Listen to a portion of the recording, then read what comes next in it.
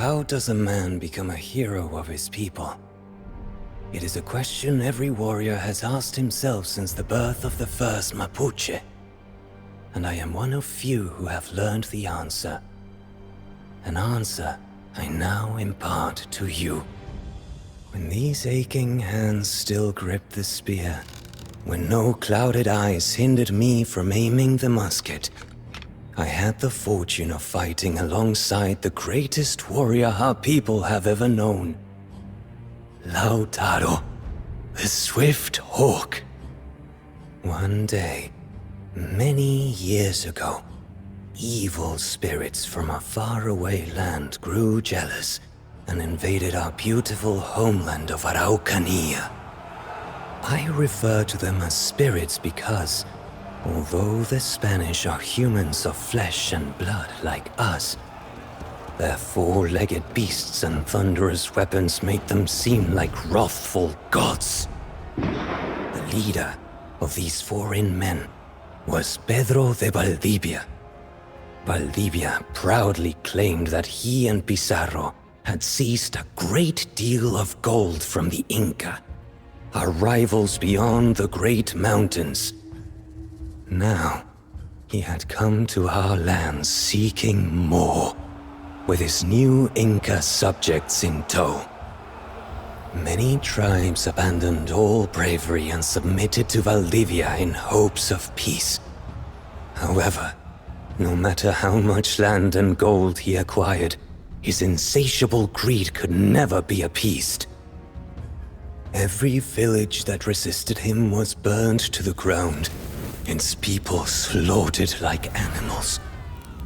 Yet, a few remained defiant, including the village of Lautaro's father. The barbarians will not rest until we have all joined our ancestors. There is nothing we can do, chieftain. Nothing. Except surrender and hope for mercy. Is there no pride in your heart, warrior? The Spanish may have better weapons, but if we stay united, we can still beat them. Hold your ground until reinforcements arrive. Then, we will drive the Spanish out of Araucania! We broke the Aztecs and crushed the Inca under our heel. You primitives of the plains stand no chance against the might of Spain. Charge, men! Another Mapuche tribe accepts its fate. The great Mapuche army has arrived! Is this all that the tribes could muster? A handful of green boys and graying elders? Then we have bled in vain. Our only hope is to plead for mercy. Oh, so this is the grand army of the Mapuche. How quaint. Now, behold the glory of Spain!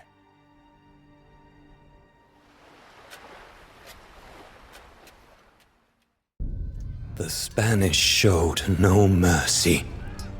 Valdivia ordered everyone in the village to be put to the blade. Lautaro, who was just a boy at the time, watched as his parents were killed in front of him. When his father let out a scream, Lautaro heard himself screaming too. In a blind fury, he picked up a broken lance and hurled it straight at Valdivia's heart. The Spaniard barely felt the impact through his armor, yet the boy had caught his attention. Perhaps he could mold this spirited barbarian into a Spanish soldier. That day, Valdivia welcomed Lautaro as his newest personal servant. Every fiber of Lautaro's being wanted to resist and scream, but he could do nothing. Nothing except swear bitter revenge. The spirit of Mapuche resistance shattered and died that day, except for a tiny sliver lodged in the heart of this angry young boy. Growing up under his master's watchful eye, Lautaro served Valdivia as he conquered the Mapuche homeland for his personal gain and the glory of Spain. To Lautaro, it was a fate worse than death. His only solace came during the brief moments he spent on horseback, riding alone across the hills. In those moments, he could almost fool himself into feeling free, almost feel the gentle touch of the sunrise on his face, just as it had felt when he woke up in his parents' house so many years ago. Yet, every time, those colorful memories quickly faded away, falling back into the gray depths of his soul, where only one thought kept him alive: his dream of exacting revenge on his captor. He learned to survive alongside the Spaniard. By never asking questions and only responding with "Sí, Don Valdivia," he managed to avoid punishment. Over the years, Valdivia mistook his compliance for a broken and loyal spirit. The conquistador trained him in horseback riding, the use of Spanish weapons and battlefield tactics. He intended for Lautaro to lead his native forces into battle, believing that a Mapuche boy wielding Spanish guns would terrify the locals. Lautaro, however, had different plans. He impressed Valdivia with his swift mastery of even the most challenging tasks. Yet his only goal was to eventually use this knowledge against his master. After years of campaigning with the Spanish, he realized that they were no demigods. They bled. They died. They could be defeated. As Lautaro came of age, Valdivia gave him command of his native troops. It was the ultimate test of his loyalty. 50 good men can defeat 1,000 natives if they just have a fort. That is how the new world will be won. Build 3 forts for me along the river, Lautaro, and I will consider your education complete. Your will is my command, Don Valdivia. How I wish I could snap that murderer's neck. I must make him pay for his crimes. But how?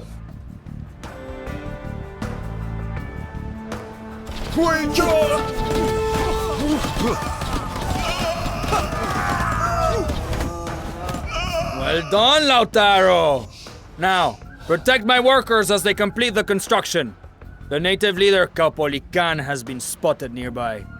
He may attempt to destroy the forts. Rebels are attacking across the river! Protect the workers! You can kill us, but you can never break the Mapuche people. Attack, my warriors! Some of my warriors have mastered the Spanish horse beasts.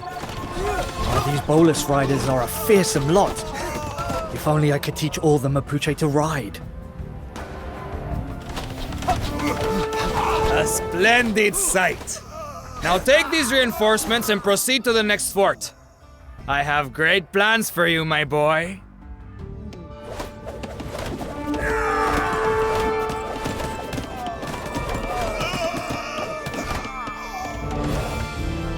Excellent! Now the rebels will be trapped like rats in a cage. You have exceeded my every expectation. Now, you will carry out the next step of my grand plan. Track down this Caupolicán and bring me his head. What has Valdivia ever given you except boots to lick and orders to follow? It's time you served your own people, Lautaro. Abandon the fiend you call your master, and I will gladly accept you into my army. This is the chance I have been waiting for. If I can steal some horses and teach the Mapuche to ride, we could beat the Spanish at their own game. Shumai. Betrayed? By my own confidant? What has the world come to when you cannot depend on your fellow man? Hunt him down and bring me his head!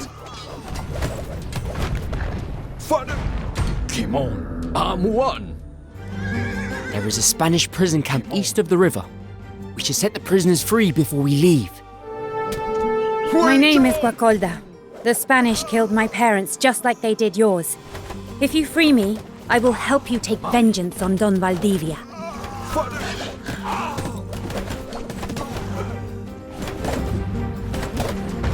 You have my eternal gratitude. Now, there is a keg of gunpowder which we could blow up to rescue some of the other prisoners. However, we only have one keg, and the Spanish are fast approaching. We cannot save everyone. I've never been so happy to hear an explosion before. Thank you for rescuing us. We will follow you where you lead, Juan.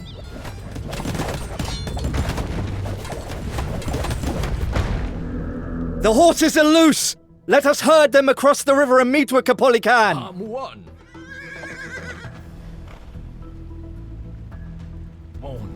You made the right choice, Lautaro. These beasts could be just the key to defeating the Spaniards. Their conquistadors are on their way as we speak.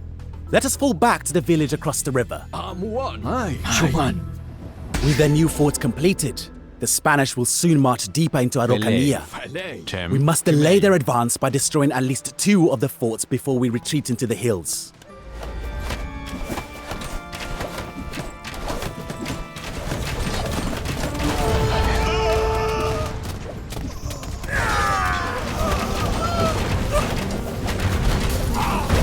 We have destroyed a Spanish fort! How liberating it feels to burn the proof of your servitude to the ground!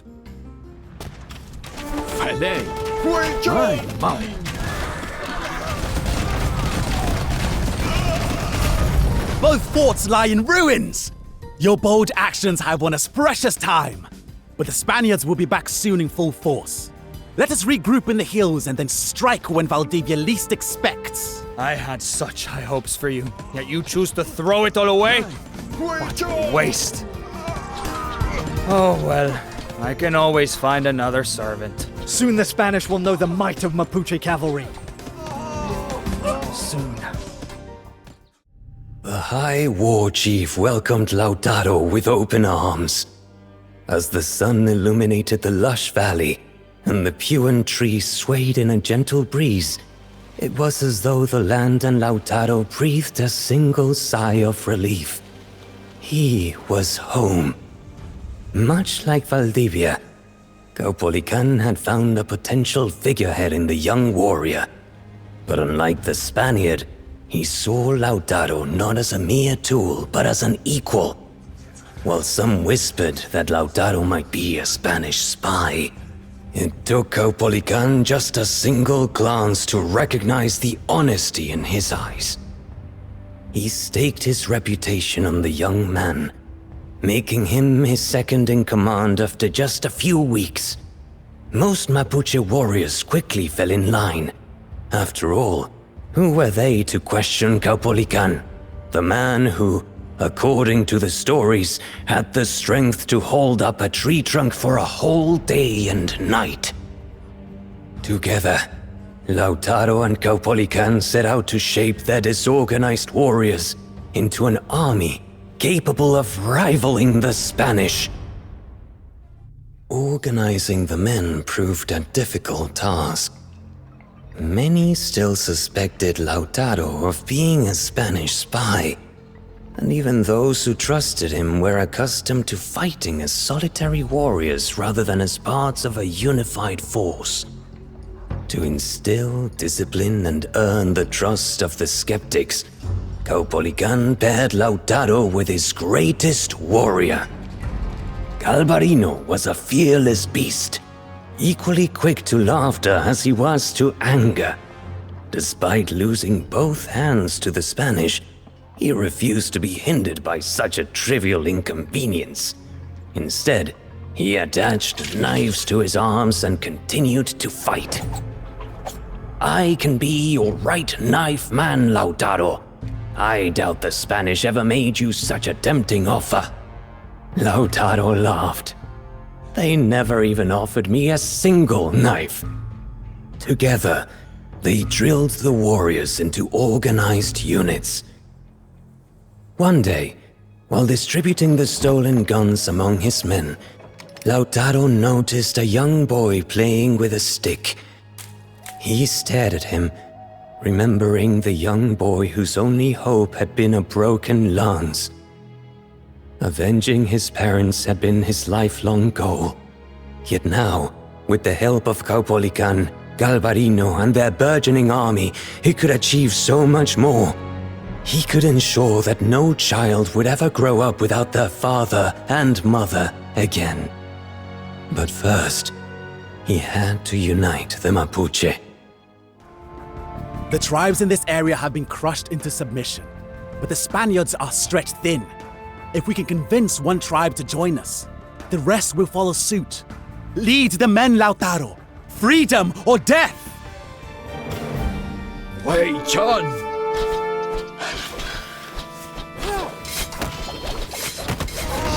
We owe you our freedom. Wherever you lead, we will follow.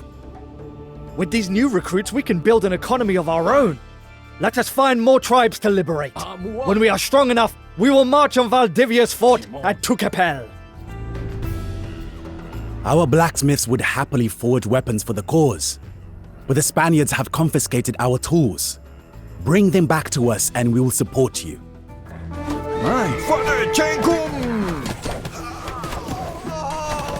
Those must be the stolen tools. Pack them up and bring them to the blacksmiths.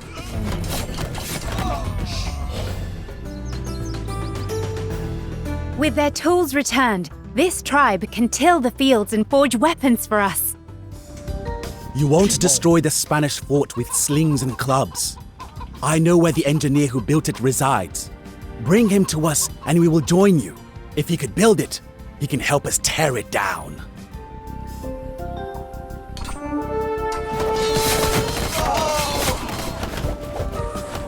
Great Lautaro. I am no conquistador, just a humble private contractor. Let me live, and I will help you raise the fort. I will consider your mercy as payment in full.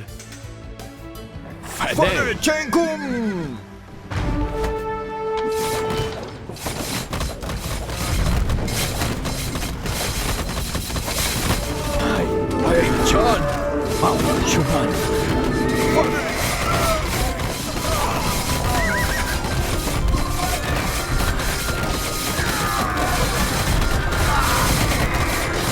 Beaten by a runaway servant. This is a black day for Spain. Mark my words, Lautaro! I will be back! Victory is ours! When future generations speak of this day, they will remember the name Tucapel and rejoice! The decisive victory at Tucapel filled the Mapuche with renewed hope. They had learned to ride horses, use firearms, and coordinate their efforts on the battlefield. The warriors, who had once relied solely on their bravery, had transformed into a formidable army capable of outmaneuvering their foes. Lautaro's success echoed across Araucanía. Until now, Caupolicán had been the unwavering protector of his people, resisting the Spanish at every turn. However, when he saw the confidence Lautaro instilled in the warriors, he realized that his time had come. To everyone's surprise, he announced his decision to step down as High Chieftain. In his stead, he nominated a stunned Lautaro, a choice which was met with overwhelming cheers. When Lautaro approached to question him, Caupolicán said, "The spirits have been telling me this for a while now. You are our future."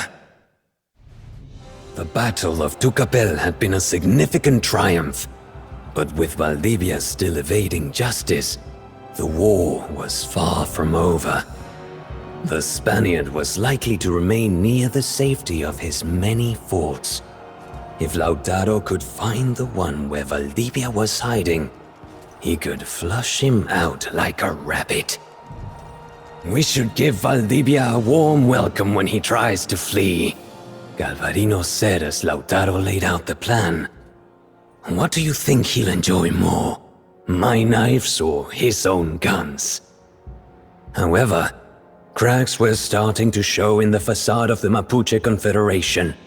Emboldened by their victory at Tucapel, the tribes began to bicker over old rivalries. Lautaro knew he had to act swiftly to maintain the alliance.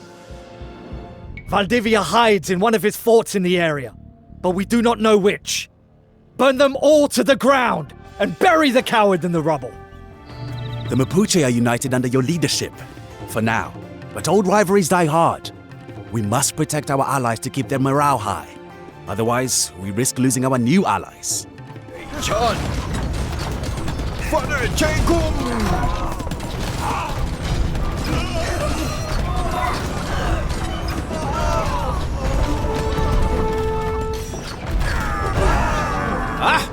No trace of Valdivia. He must be in another fort. Aye.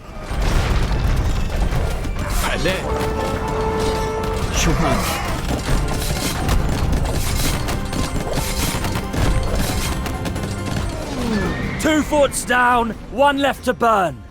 But still no sign of the blood-sucking Spaniard.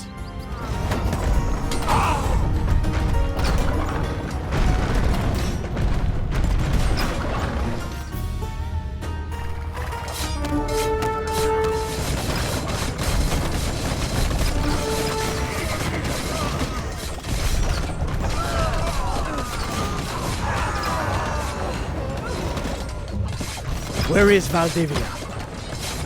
How did he manage to slip out unnoticed?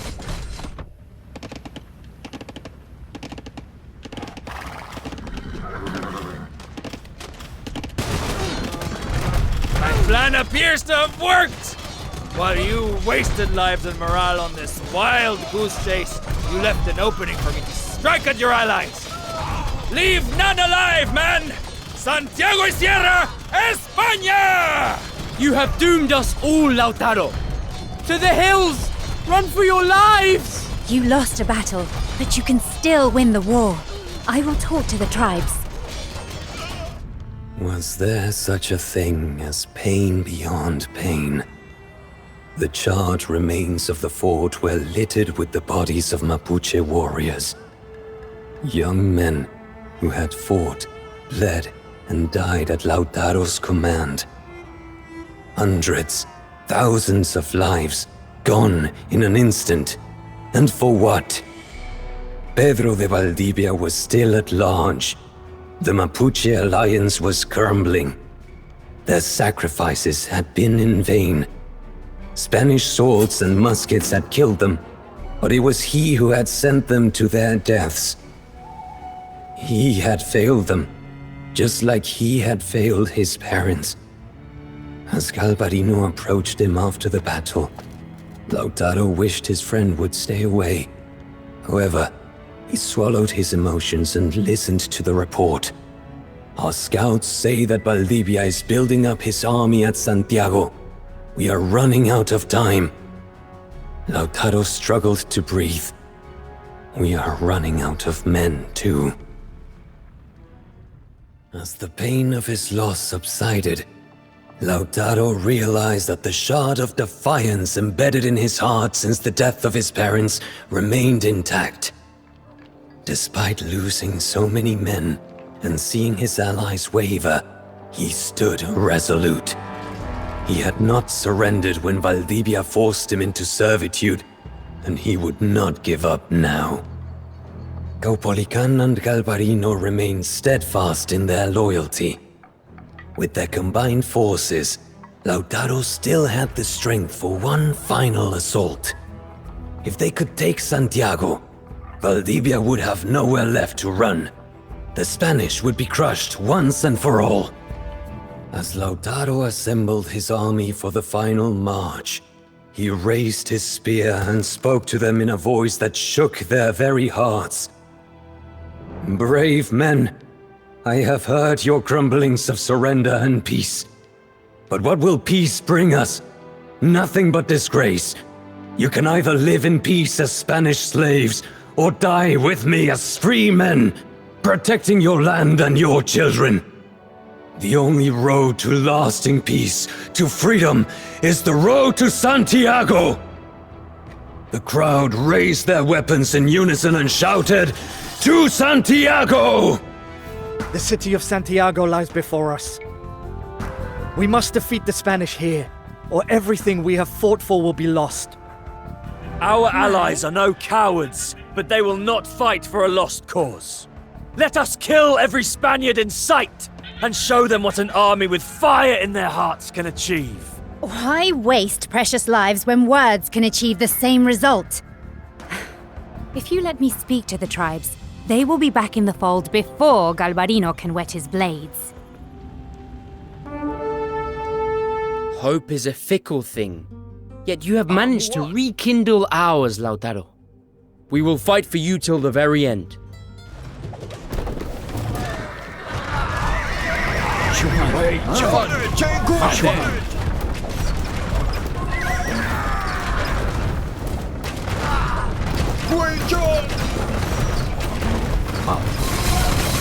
City's overrun. Retreat! Retreat to the fortress! Wait, John!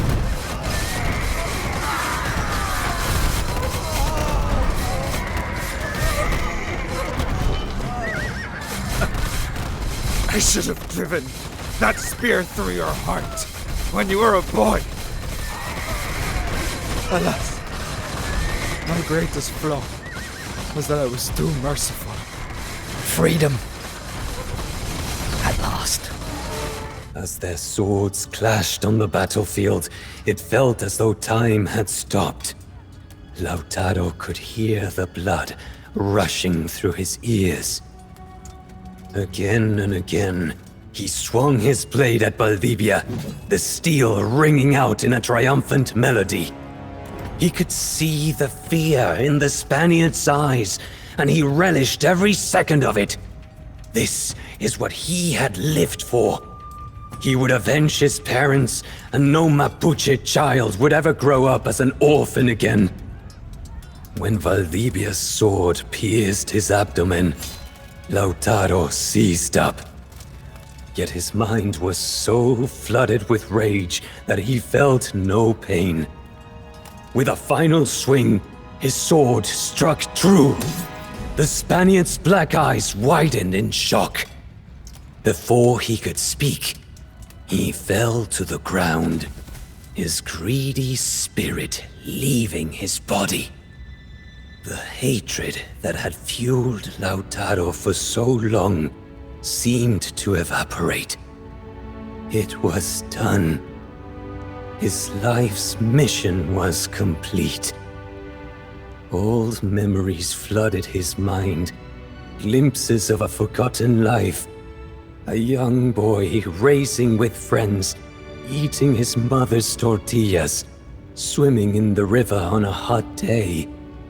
As the momentary peace faded, Lautaro collapsed to the ground, overwhelmed by agony. Yet, as the blinding pain began to fade and his senses dimmed in his final moments, he knew he had succeeded.